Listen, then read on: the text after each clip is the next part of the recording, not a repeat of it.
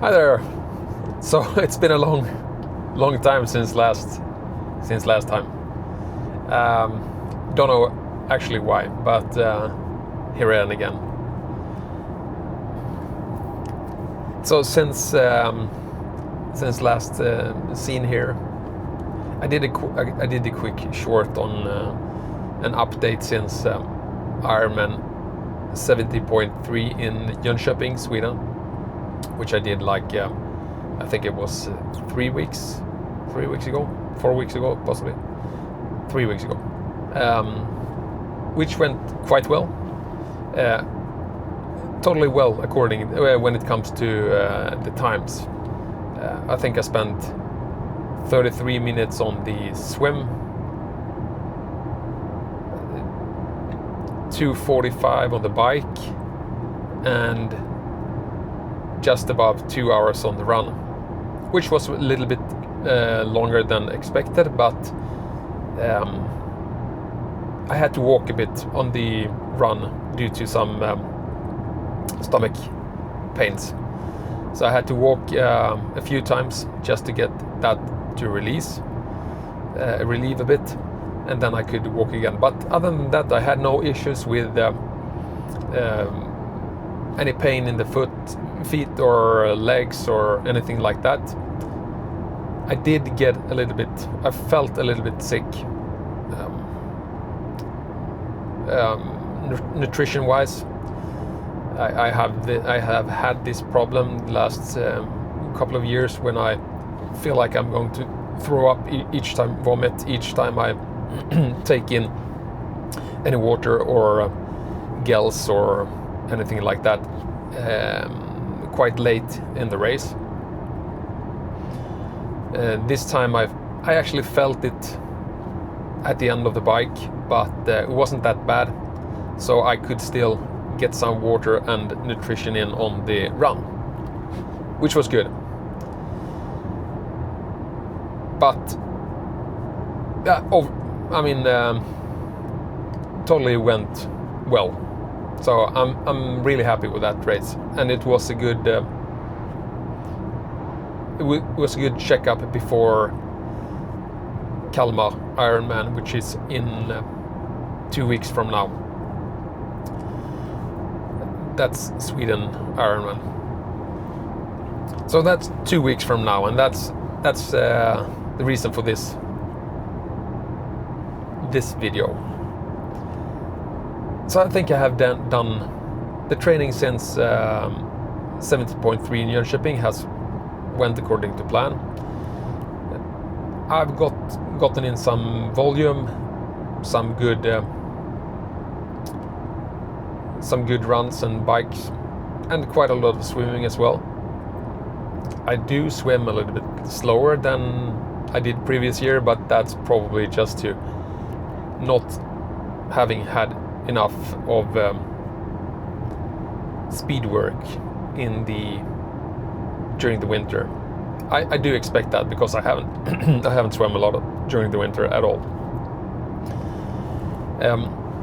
Anyway, I have been a bit scared of the Ironman that's coming up, and that's mainly the reason for that is mainly due to the possible risk of having this getting sick due to nutrition. And the risk of that is of course that if you do start to vomit and throw up, then it's hard to get in fluid and nutrition, and the body won't work as expected. And especially that plays role on the run, of course, because if you don't have energy, it's impossible to run a marathon on top of 4K swimming and 180K biking. But I have been experimenting a bit with the different nutritions. I don't think I will make any huge changes. I will probably still take in what is offered on the course, with the exception that I will preload two of my bottles on the bike with some other nutrition that is not Morten or any gels. I don't remember the name of it, but it's another carb fuel. I will load it pretty hard still, but I will take in water during the bike, and I will have some extra snacks in my bento box on the bike, just to get rid of some of this sweet flavor, sweet feeling in the mouth all the time. I sometimes do carry salty nuts, like almonds, on the bike, which I think is pretty good. The idea of that is not to be able to use the fuel from the fat in the almonds. It's just to get some other texture and some other flavor, saltiness in the mouth, and having something to chew on the bike, which I don't think is a problem on the bike. So I will probably have something like that. In Jönköping, I actually preloaded my bento box with some licorice as well, which I waited until the end of the bike until I took it in, but it was really good. It really reset the weird feeling of having all these sweet sweet feeling in the mouth and body. So and I really like licorice, and so I took in some of that.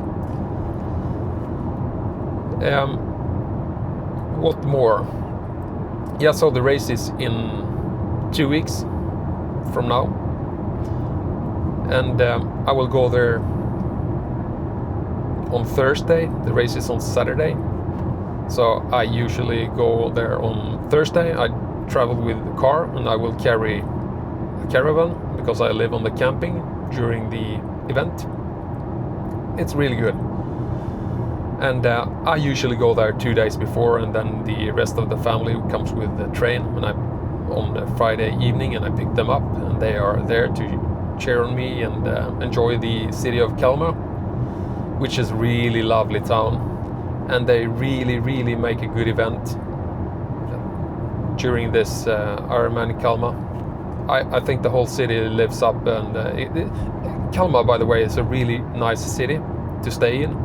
It has a really cozy city with some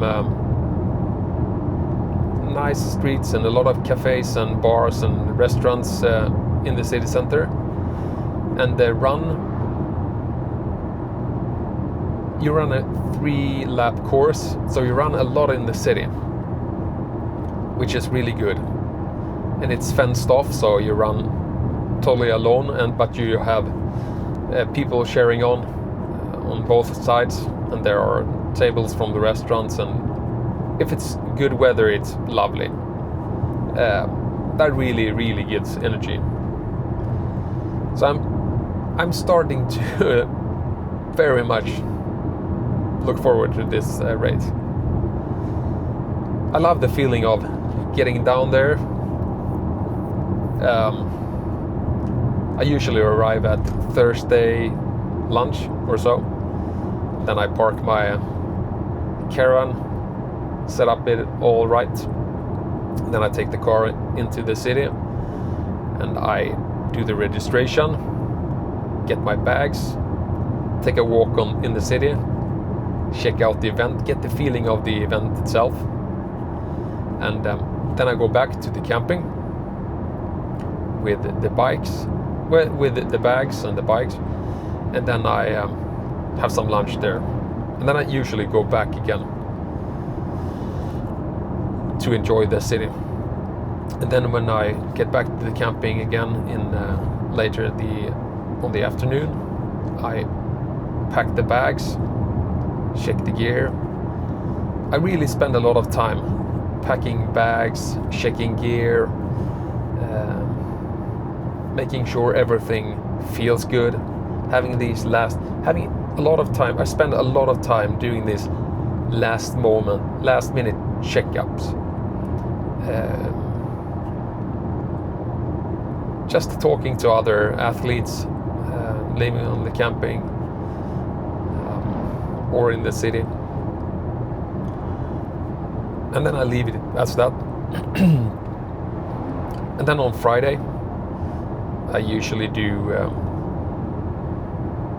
all the testing I test the bike, do a little, maybe 15-20 kilometer ride on the bike, not more than that, just to make sure everything works as expected. The gears are tuned in, the brakes are there, and feel on every bolt and nut so that it's tight and secure. Make a quick check on the tires of the bike, just to feel comfortable. And then later on Friday afternoon, like 3-4 p.m, then I usually go do the check-in of the bike and the gear, the bike and the bags, because I want to do that pretty early, not wait until last minute, because then it feels really good to have the rest of the afternoon to walk around in the city, take it in without having any stress of, well, there being something left out to do. So I usually do that pretty early. And then I walk in the city, try to visit cafes. I just told a friend that there is a really nice cafe just at the start of the red mat in the Kalmar, at the corner of the street.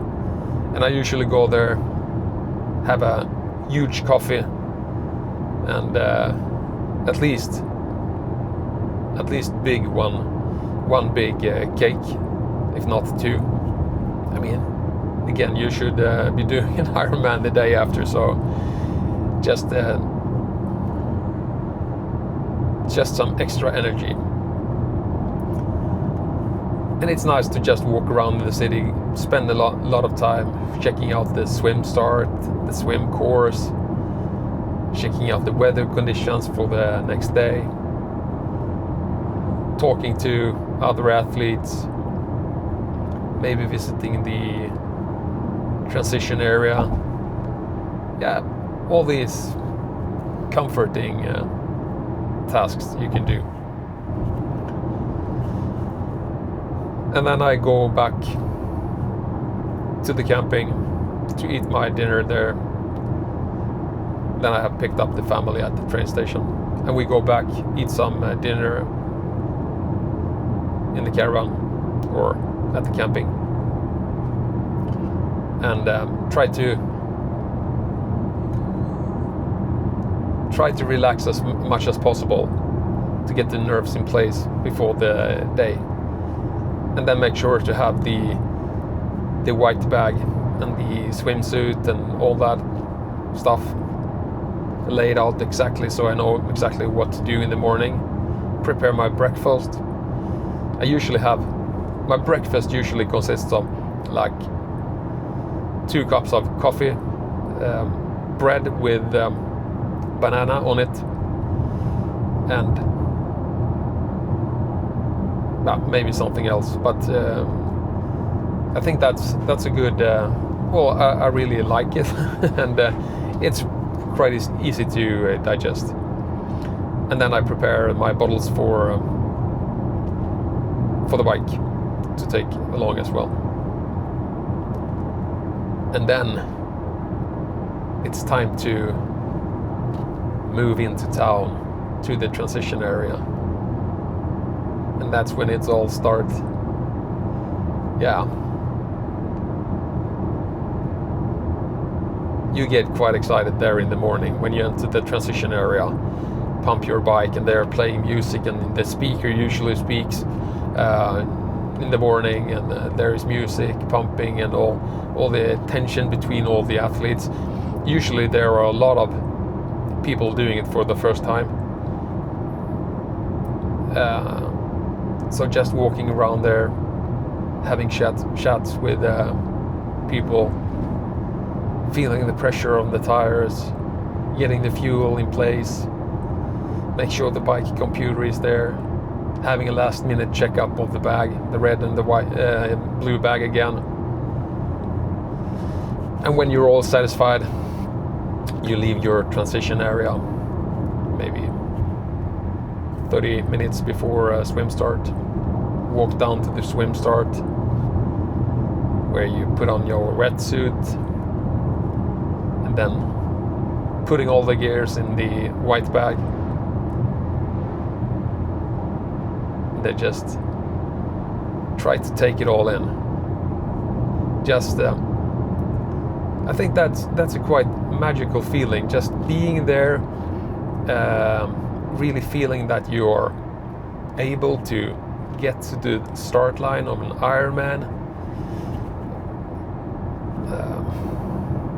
Yeah, that's quite something. I mean, you can never know how the race is going to be, how you will feel, what will happen. If you can have mechanical problems, you can crash, you can do whatever thing, but just enjoying the feeling that you actually are able to start in an Ironman with all that is. That's quite amazing. So I try to do that, really enjoy those moments before the race. Whew. Yeah, looking forward to it. But that's 2 weeks from now. I will get back with updates during the tapering period here, because I don't think I will do any more long runs, no long bike courses or anything like that. Just shorter, maximum like 40-50 kilometers on the bike, maximum 10k on the run, and maybe 2k's in the swim, and a good amount of shorter with some good speed. All right, that's it for now. Cheers.